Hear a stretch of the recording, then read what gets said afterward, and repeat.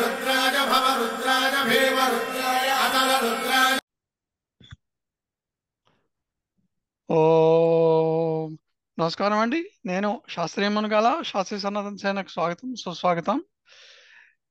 ఇప్పుడు తిరుపతిలో జరుగుతున్న ఆ, ఈ డిస్టర్బెన్స్ మీద ఇంకొక వీడియో చేయడానికి శ్రీ కాశీలత గారు వచ్చారు. ఈ ఇది మొత్తం మీరు జాగ్రత్తగా మొత్తం చూడండి.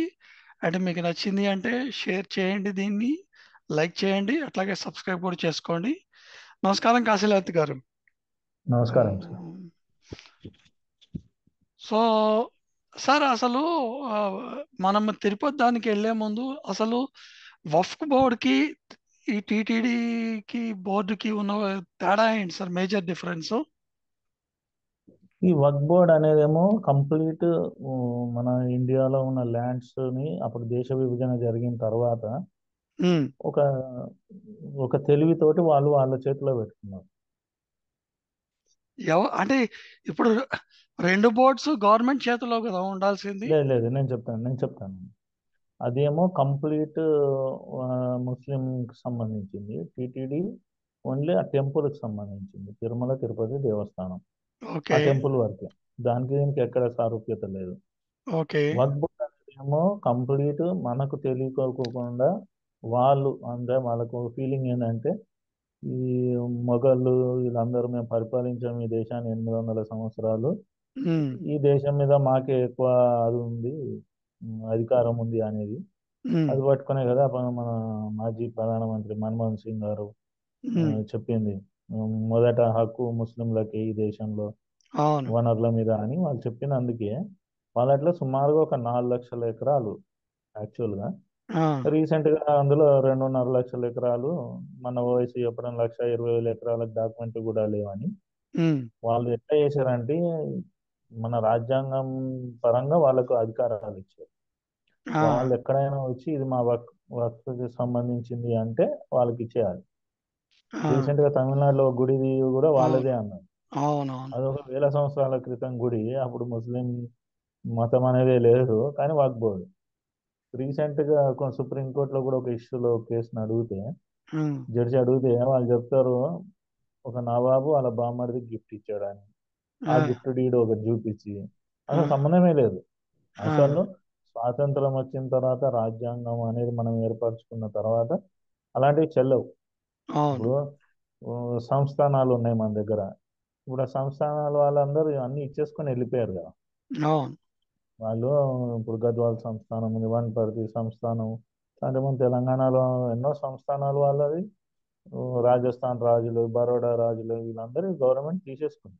ఉమ్, ఇలా ఇందిరాగాంధీ ఎన్నో కొట్టేసినవి కూడా ఉన్నాయి ఇన్సిడెంట్స్. వాళ్ళ నగలు అవన్నీ.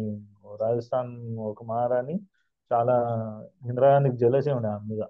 ఆ, ఆమెని ఇరికించి కేసుల్లో ఇరికించి చాలా గందరగోళం చేసింది ఆమె.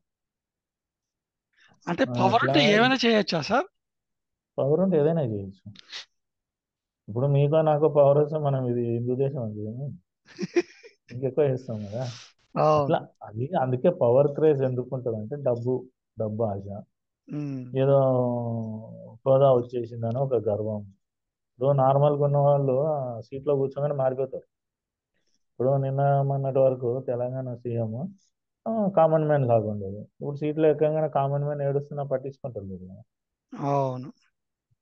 అసలు నువ్వు ఒక నోటీస్ ఇవ్వకుండా ఒక్కొక్కరు సార్ మన లైఫ్ లాంగ్ లో ఒక మనిషి యొక్క లైఫ్ స్పాన్ లో ఒక అవును. ఇల్లు కట్టుకోవడానికి వాడి జీతం అయిపోతుంది సార్.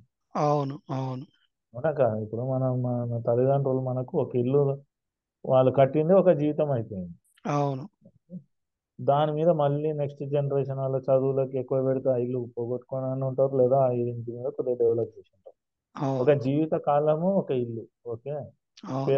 ఒక్కొక్కళ్ళ స్థాయిని తగ్గట్టు, పేదోడి స్థాయి తగ్గట్టు, డబ్బున్నోడి స్థాయి తగ్గట్టు అట్లుంటది. అక్రమ సంపాదన తీసుకున్న వాళ్ళకు జిల్లాకు ఒక ఇల్లు, జిల్లాకు ఒక ఫామ్ హౌస్లు, ఇప్పుడు మన అవును. జగన్మోహన్ రెడ్డి ఉన్నట్టు స్టేట్కి ఒకటి అట్లా ఉంటాయి. అవును. ఇప్పుడు మన తెలంగాణ మంత్రులు దుబాయ్లు ఉన్నాయి, లండన్లు ఉన్నాయి, ఆ, ఇది కెనడాలు ఉన్నాయని వింటుంటాం. నిజమెంత అవును. అబద్ధం ఏంటో దేవుడికి తెలుసు. అవును.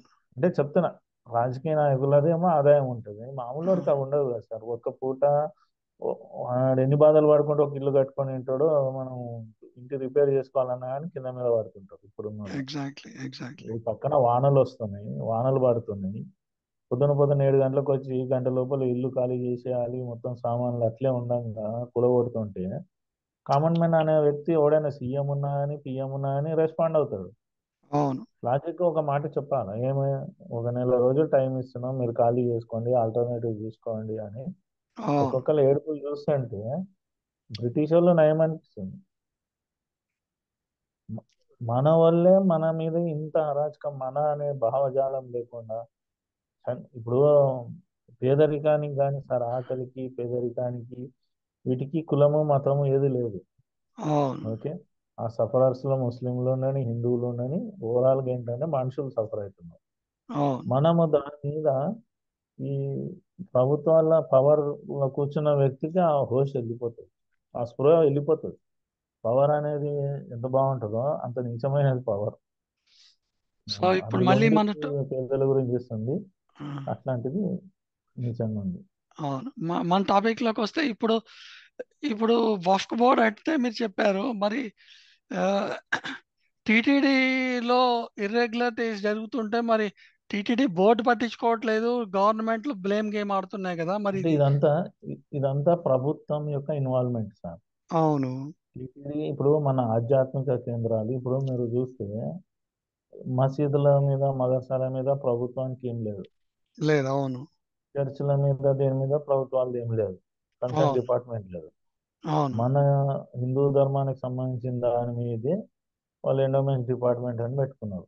అవును. ధర్మ ఆదాయ శాఖ, అవును. దేవాదాయ అంటే దేవుడి మీద వచ్చే ఆదాయము, అవును. ధర్మాదాయ ధర్మం మీద వచ్చే ఆదాయాన్ని దోచుకోవడానికి పెట్టుకున్న డిపార్ట్మెంట్. ఉమ్. దాని మీద వాళ్ళు చేస్తూ పెత్తనం ఏం చేసుకుంటూ డబ్బుల్ని తీసుకొని మన తిరుమల డబ్బులు తీసుకుపోయి ఇవాళ చర్చ్ ఫాదర్లకు, ఇమాంలకు అవును. ఇవ్వడం. ఇప్పుడు టీటీడీ నుండి వచ్చే ఆదాయంతో కానీ మన గుళ్ళ నుండి వచ్చే ఆదాయంతో కానీ ప్రైవేట్గా మనం అన్ని ఏరియాలలో కట్టుకున్న గుళ్ళు ఏవైతే ఉంటాయో ఆదాయం ఏదైనా ఒక్క దగ్గర ధర్మం అభివృద్ధి కావడానికి ఉపయోగపడ్డది ఎక్కడైనా? ధర్మం ఉపయోగపడింటే అవును. నేను చెప్పాను, ఉపయోగపడింటే చర్చికి ఫండ్స్ వచ్చి మత మార్పిడి జరుగుతున్నంత మనం చేసుకోలేకపోతున్నాం. అవును. మనం మార్చాల్సిన పని లేదు, ఉన్నోడు మారకుండా చేసుకునే ఉంటే చాలు కదా. చాలు. అవును. అవును. మనం దానికి కూడా వాడలేదు. మనము ఇవాళకి కూడా మన కళ్ళ ముందర మన డబ్బులు వేరే దానికి వాడుతున్నారు అని తెలిసిన మనం మన నమ్మకం, మన ఫెయిత్ మొక్కు తీర్చుకోవడానికి అని చెప్పి తీసుకుపోయి హుండీలు వేస్తాం. హుండీలు వేసిన గంటకు ఆ డబ్బులు వాళ్ళు తీసుకుంటారు, ఏ ఏ డిపార్ట్మెంట్లో తీసుకుంటున్నారు అనేది కూడా లేదు. బోర్డు అని పెట్టుకుంటే దాంట్లో ఈ రాజకీయ నాయకులనే పెట్టుకున్నారు. ఎవరైతే తమకు అనుకూలంగా ఉంటారో, తమ భజన చేస్తారో వాళ్ళనే పెట్టుకున్నారు. వాళ్ళకి ధర్మం మీద ఏముంటుంది? అవును. ఇప్పుడు అదే ఉంటే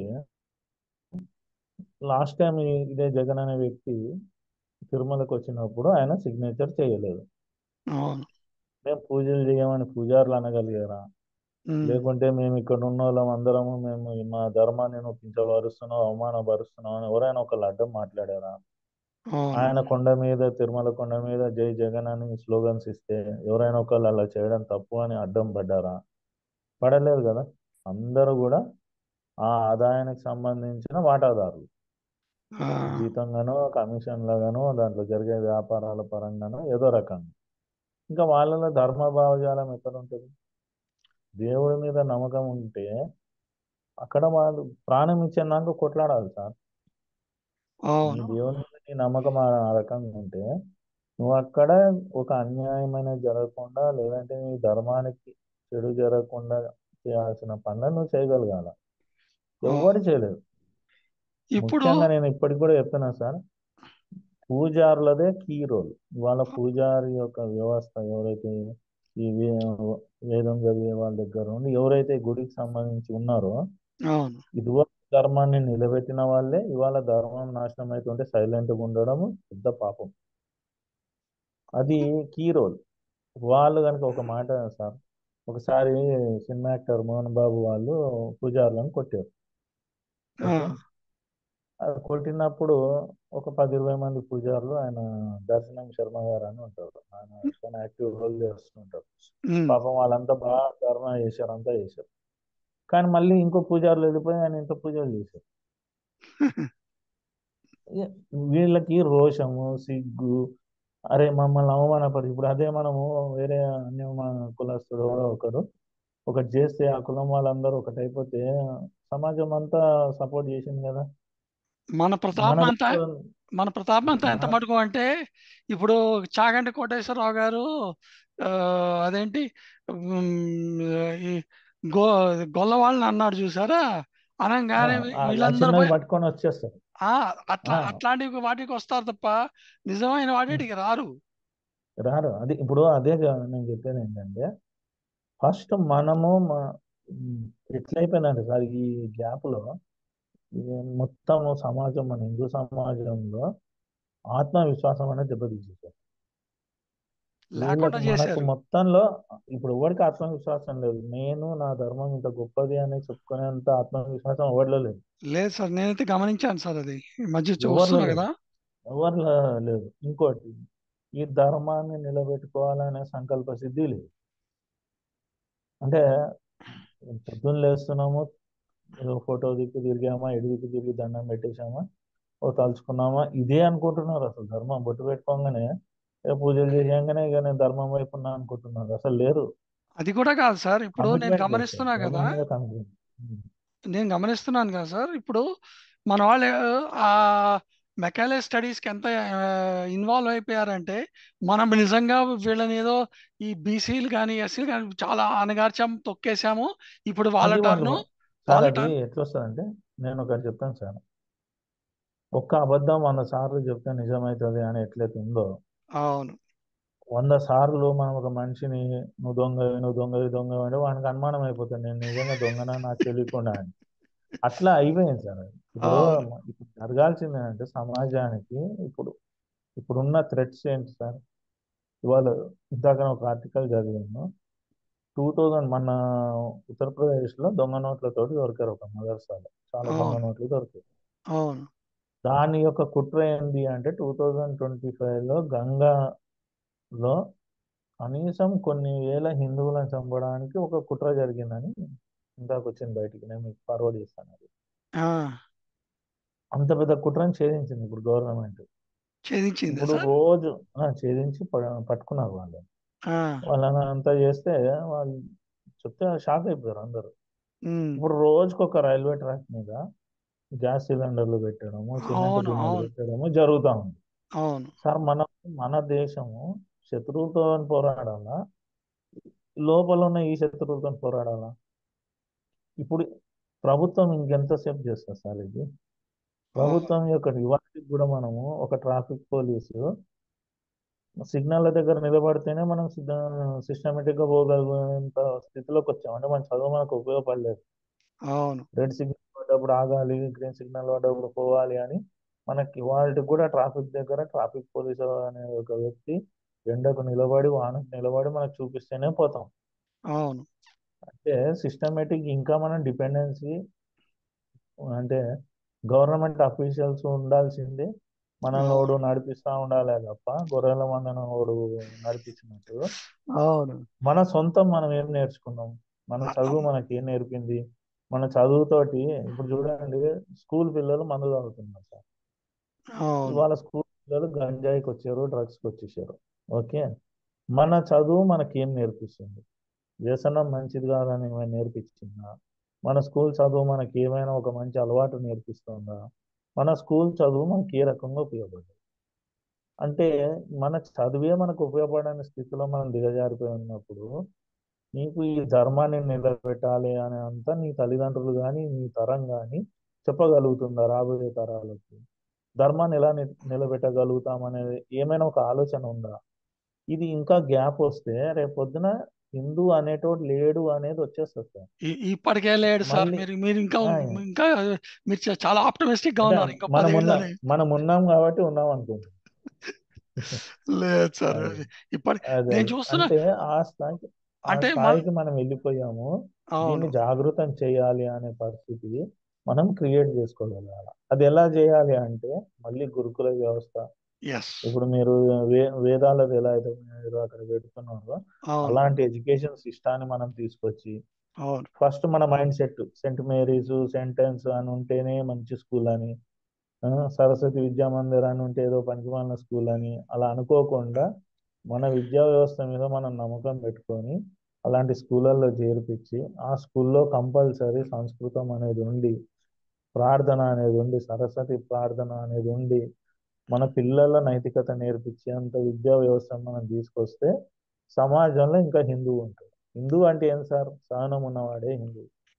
ఇప్పుడు వేరే వాళ్ళ మతాలకు మనం వ్యతిరేకం పడడం ఎందుకు అంటే మనలో సహనం మన బ్లడ్ లైన్లో ఉంది.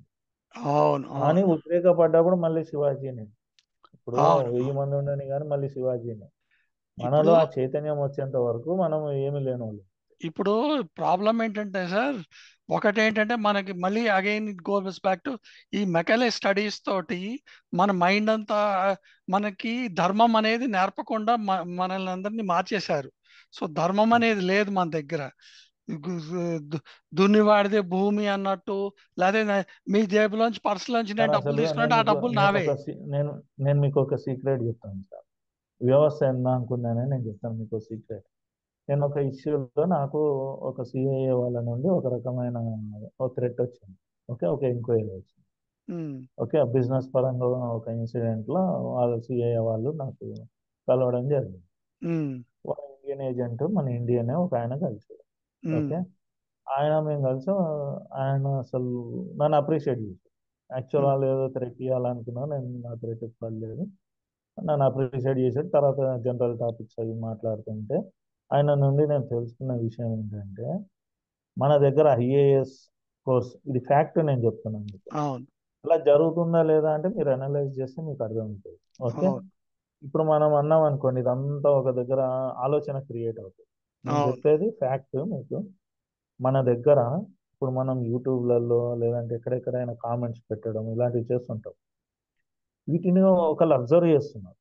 అవును. అబ్జర్వ్ చేస్తారు. అంటే యూట్యూబ్ వాడు మీరు అబ్జర్వ్ ప్రో చేస్తాడు సార్. అమెరికానా, మీరు ప్రో అమెరికానా, ప్రో రష్యానా, ప్రో హిందూవా, ప్రో క్రిస్టియానిటీయా, ప్రో ఇస్లామా అనేది ఒకళ్ళు మనల్ని అబ్జర్వ్ చేస్తున్నారు. ఏఐ జనరేట్ చేస్తోంది సార్, అది చేస్తూ ఆ, చూస్తుంది అది. అదేనే ఇవన్నీ జరుగుతుంది. నెక్స్ట్ వాళ్ళు ఎవరెవరైతే ఐఏఎస్ దానికి సెలెక్ట్ అవుతారో, ఎవరెవరైతే హై పొజిషన్స్కి సెలెక్ట్ అవుతారో అక్కడ వాళ్ళు ఇన్వాల్వ్ అవుతారు. ఆ. మీరు చూడండి అప్కమింగ్ ఐఏఎస్లలో ఎవ్వరు కూడా హిందుత్వవాది లేదు. ఆ. అందరూ మళ్ళీ వచ్చేసి అమెరికా ఏజెంట్స్ లేకుంటే వాడు ఇమ్మీడియట్ పోస్ట్లోకి రాగానే ఇమ్మీడియట్ వాడు ఎట్లా రెస్పాండ్ అయిపోతాడు అంటే హిందూ ఏదో చేసేసాడు సమాజానికి, వీడు వేస్ట్ ఫెయిల్, వీడిని ఎంత తొందరగా అణచివేద్దామనే సిస్టమ్ నడుస్తుంది. ఈ ఇది ఒక ఎగ్జామ్ జరిగేటప్పుడు లేదా ఇంటర్వ్యూ జరిగేటప్పుడే వాళ్ళు సెలెక్ట్ చేసుకుంటామని చెప్పాడు ఆయన. ఆ. క్యాండిడేట్కి తెలియదు వాడు సెలెక్ట్ చేసుకున్న సంగతి. ఉమ్. అంటే మనం ఏదో కష్టపడిపోయి ఎగ్జామ్లు రాసేసి ఏదేదో వచ్చేస్తుందని అది కాదు. వాళ్ళని అప్రోచ్ అవుతున్నారు, ఇంకో రకంగా కాంటాక్ట్స్ అవుతున్నాయి వాళ్ళ వైపు. వాళ్ళు అందుకనే ఎంత దానికి వచ్చినా ఎవరు కూడా ఇండియా తరఫున స్ట్రాంగ్గా నిలబడ్డా మీకు ఆఫీసర్లు కనపడరు ఇప్పుడున్న అవును. జనరేషన్స్లలో. అవును. అవును. అవును. వాళ్ళు కంప్లీట్ మన ఇండియా ఉన్న సిస్టాన్ని వ్యతిరేకిస్తుంటారు. పర్టికులర్ ఉమ్. హిందూ దాన్ని వ్యతిరేకిస్తుంటారు. వాళ్ళ దృష్టిలో హిందూ గురించి మాట్లాడేవాడు మతతత్వవాది. ఓకే, నేను హిందూని, నాకు ఈ ప్రాబ్లం ఉంది అని చెప్పే పరిస్థితి ఇవాటికి కూడా లేదు. లేదు. అవును. ఉంటే కనుక మన గోమాత మనకు ఎప్పుడో రక్షించబడేది, చట్టంలో రాసి ఉన్నదే జరిగేది. అవును. గోవధ అవును. చేసే చట్టం ఉంది కానీ జరగదు, జరగనియరు. మన మీద మనకు జరుగుతున్నవి మన హిందువులకే తెలియదు. ఇంకా మీరు జాగృతం చేసే పరిస్థితికి వాడిని ఎక్కడ తీసుకొస్తారు? హిందువుని ఛాన్సే లేదు. కాకుంటే మనం ఎంత దూరము మనం ప్రయాణం చేస్తామో మన జీవిత ప్రయాణము అవును. అంత లోపల మనము జరగబోయే చెడు జరగకుండా మనం పోస్ట్పోన్ చేయించగలం. అంత మటుకు చేయగలం మనం అంతే. అంతవరకే చేయగలం. ఆ చెడు జరిగేది లేకుంటే ఇవాళ నేను ఇదివరకు చెప్పినట్టే మన చుట్టూతో చుట్టుముట్టున్నారు వాళ్ళు. ఉమ్. మన ఇండియాకి చుట్టూతో మన రాష్ట్రాలలో ప్రతి ఒక్క సిటీ చుట్టూతో చుట్టుకొని ఉన్నారు. ఆ. ఈ చుట్టుకున్నది ఒకనాడు ప్రళయం లాగా జరిగేది. ఆ. ఇవాళ మీరు బంగ్లాదేశ్ కళ్ళ ముందర ఉన్నా కానీ, బంగ్లాదేశ్ ఇన్సిడెంట్ జరుగుతున్నా కానీ, అవును. బంగ్లాదేశ్లో హిందువులు కదా చనిపోయింది. కాశ్మీర్లో హిందువుల మీద దాడైతే కాశ్మీర్ హిందువులు కదా. కాశ్మీర్ ఎగ్జాక్ట్లీ. ఆ, రాజస్థాన్లో హిందువుల మీద దాడితే రాజస్థాన్లో కదా అని సో డివైడ్ అండ్ మనం రూల్ పాలసీ ఎవ్వరము జరుగుతోంది. డివైడ్ అండ్ మనం రూల్. ఎవ్వరము స్పందించకుండా జరిగిన పరిణామాల వల్ల ఎఫెక్ట్ అనేది వాడికి అర్థం కావట్లేదు. అవును. ఇది ఇలాగే కొనసాగితే రేపొద్దున ఆ పక్క సందులో కదా జరిగింది, మన సందులో కాదు కదా అనే లెవెల్కి ఎగ్జాక్ట్. మనం దిగజారుతాము. అవును. వాళ్ళు ఆ రోజు మన ఇంటి మీదకి వచ్చి మన ఇంట్లోనే వచ్చి రీసెంట్గా కొన్ని ఇన్సిడెంట్స్ జరిగినాయి, వీడియోస్ ఉన్నాయి.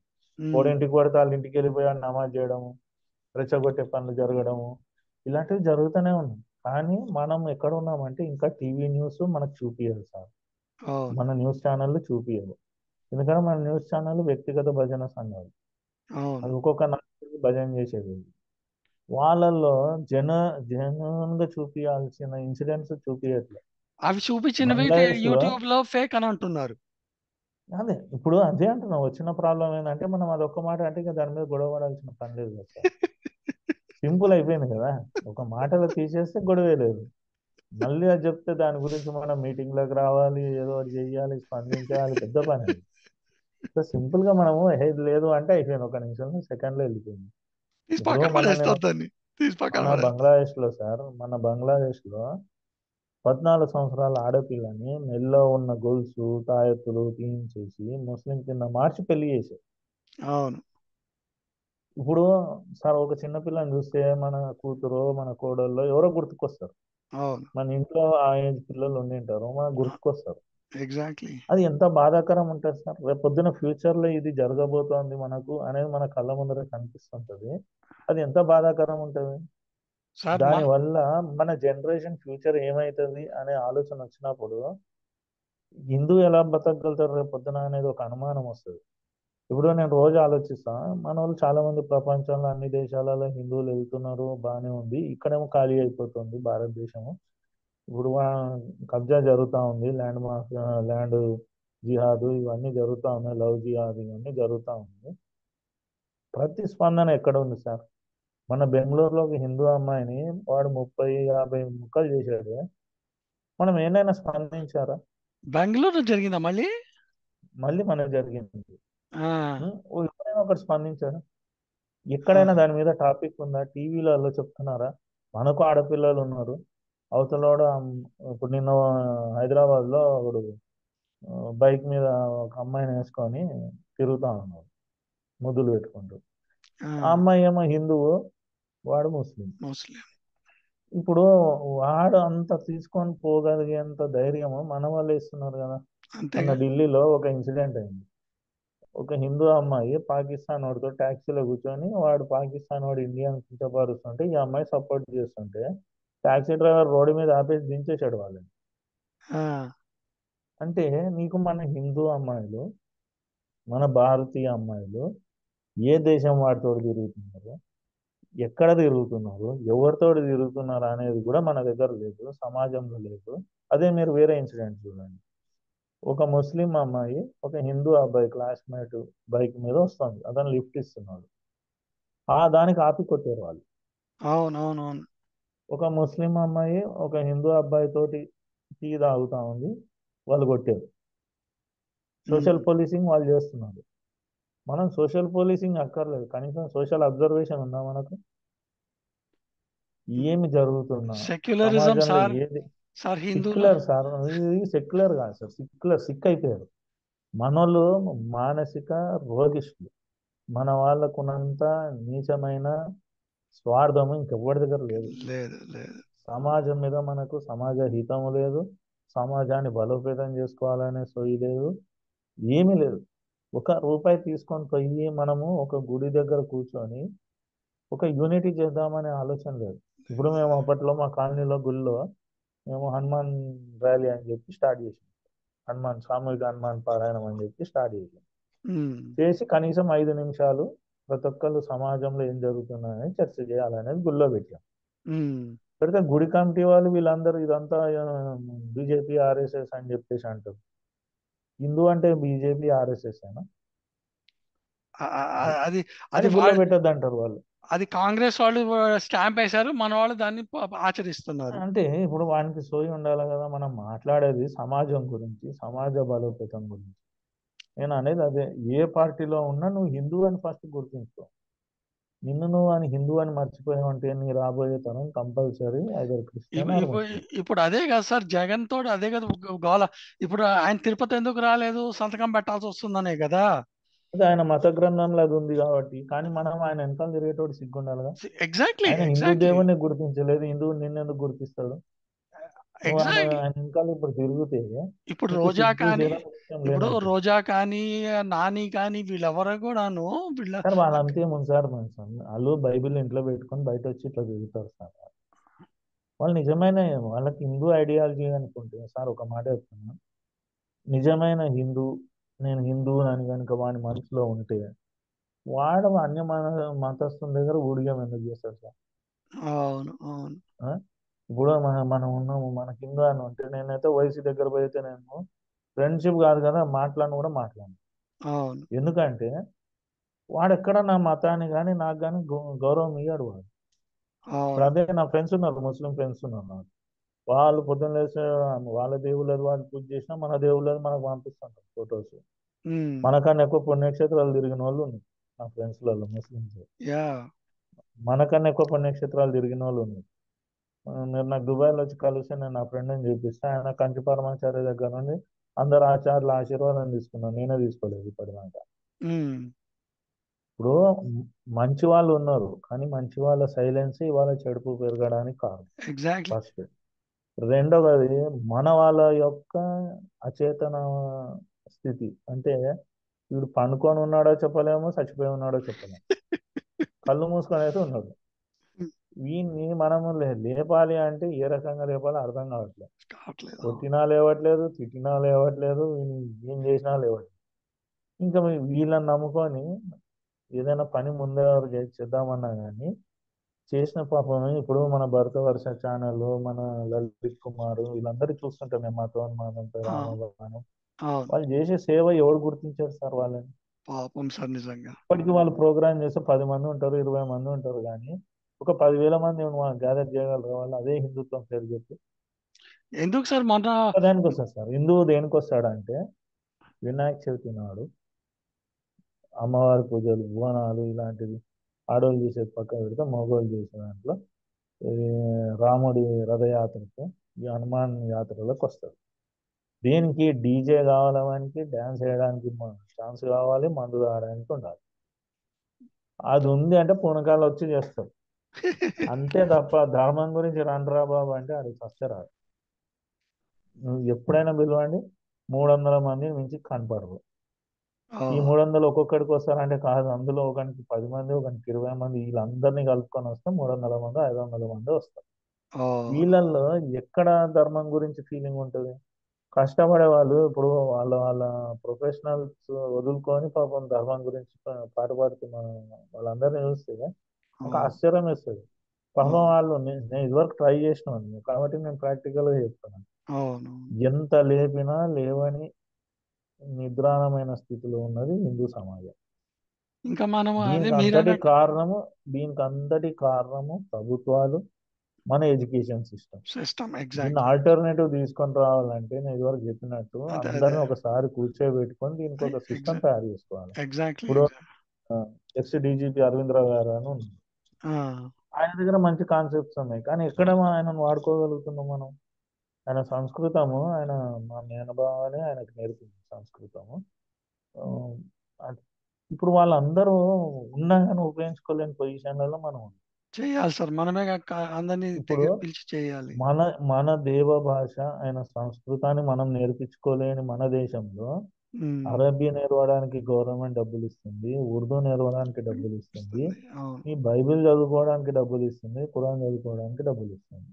కానీ భగవద్గీత నేర్పడానికి ఒక ముందడుగు లేదు. మన ఇప్పుడు హిందూ ధర్మం అంటే ఉత్త భగవద్గీతతో సరిపోదు కదా, ఎన్నో ఉన్నాయి. కాబట్టి మనము దానికి సిస్టమేటిక్, మన ఎడ్యుకేషన్కి ఏది అవసరమో, ఎస్. చిన్నపిల్లలకి పెద్ద బాల శిక్షణ మించింది లేదు, లేదు. నీతి ఈతి ఎగ్జాక్ట్లీ. అన్ని నేర్చుకోవచ్చు. కానీ మనకు వాటి గురించి మన ఇప్పుడున్న జనరేషన్లో పేరెంట్స్కే తెలియదు సార్, ఇంకా పిల్లల దాకా ఎక్కడ వస్తుంది? ఎగ్జాక్ట్లీ ఇప్పుడు దీన్ని మోటివేట్ చేయడానికి మనము అలాంటి ఎడ్యుకేషన్ సిస్టమ్ని క్రియేట్ చేసుకుంటూ రావాలి. మళ్ళీ అవును అందరం యూనిటీ చేసేటందుకు ఇప్పుడు వాళ్ళు ఎట్లయితే వీక్లీ వన్స్ కలుస్తారో మనం అట్లా ఒక వన్స్ కలిసి ఒక ప్రోగ్రామ్స్ సెటప్ చేసుకోవాలి. అవును దీనికంటూ ఒక బ్యాచ్ తయారు చేసుకోవాలి. సిఎస్ఐ చర్చోడు ఎట్లయితే మత మార్పిడి చేశాడో అట్లా అవును మనం కూడా ఒక వ్యవస్థను బిల్డప్ చేసి మనం కొంతమందిని పోషించి వాళ్ళని పంపించుకొని అవును మనము స్ప్రెడ్ చేసుకుంటూ వస్తే కానీ దీన్ని డిఫెండ్ చేయలేము. చేయలేం. మనం అవతల వాడి మీద అఫెండ్ చేసేది పక్కన పెట్టండి, డిఫెండ్ మనల్ని మనం సెల్ఫ్ డిఫెండ్ చేసుకోవడానికన్నా మనం తయారు చేసుకోవాలి. అట్లీస్ట్ అది తయారు చేయకుండా ఉంటే చాలా కష్టం. మీరు ఇప్పుడు చెప్పిన ప్రోగ్రామ్ అంతా చేయాలంటే కనీసం మినిమం ఒక 2 years దాని మీద కూర్చొని చెయ్యాలి. అది స్ట్రక్చర్ చేసుకోవడానికి 1 year ఈజీగా పడుతుంది. 1 year అది 1 year చేద్దాం ఈజీగా సార్. పడుతుంది. మనం ఈసారి ఈ 1 కలిసినప్పుడు year మనం చేస్తే నెక్స్ట్ 1 year కల్లా మనము రిజల్ట్ 3 years కి చూడొచ్చు. 3 years అది చేద్దాం సార్. 3 years కి రిజల్ట్ చూడొచ్చు. దాని ఎఫెక్ట్ ఏంటంటే పిల్లల్లో మనం ఫస్ట్ సార్ మార్షల్ ఆర్ట్స్ అనేది కంపల్సరీ నేర్పాలా. అవును మన యుద్ధ కళలు మనవి సార్, పరశురాముడు అనుకున్న యుద్ధ కళలు. అవును ఇవాళ చైనా కుంఫు ఇవన్నీ ఏదైనా కానీ మన యుద్ధ కళలు. అవును అవును కలర్పై ఏదైతే ఉందో మన యుద్ధ కళ, పరశురాముడు నేర్పింది యుద్ధ కళ. డాక్టర్ మన చాగంటి దగ్గర గారు ఎవరికి మన అవును దగ్గర కట్టె తిప్పడం కూడా రాశారు ఎవరికి. డాక్టర్ చాగంటి గారు చెప్పారు, నీకు ఆ, దేశానికి పీస్ కావాలంటే యుద్ధం ఒకటే చేయాలి తప్ప ఆ, నువ్వు కామ్గా ఉంటే నీకు పీస్ అనేది రాదు ఎప్పటికీను. పీస్ అవుతాను సార్, అంతే అంతే పీస్ అవుతాం. కరెక్ట్ పీస్ ఎగ్జాక్ట్ అదే ఆయన అవుతాం. ఆయన కూడా ఇదే మాట చెప్పాడు అనమాట. అదే నువ్వు అదే అదే మనం యుద్ధం పీస్ చేసి అయిపోతాం. చేస్తే తప్ప అది మనం ఈసారి కలిసినప్పుడు మనం కంపల్సరీ చేద్దాం సార్. అయితే దాని గురించి చేద్దాం sir. Okay okay okay sir. Sir. Thank you sir. Okay thank you. రుద్రాయ సుతల రుద్రాయ మహాతల రుద్రాయ రసాతల రుద్రాయ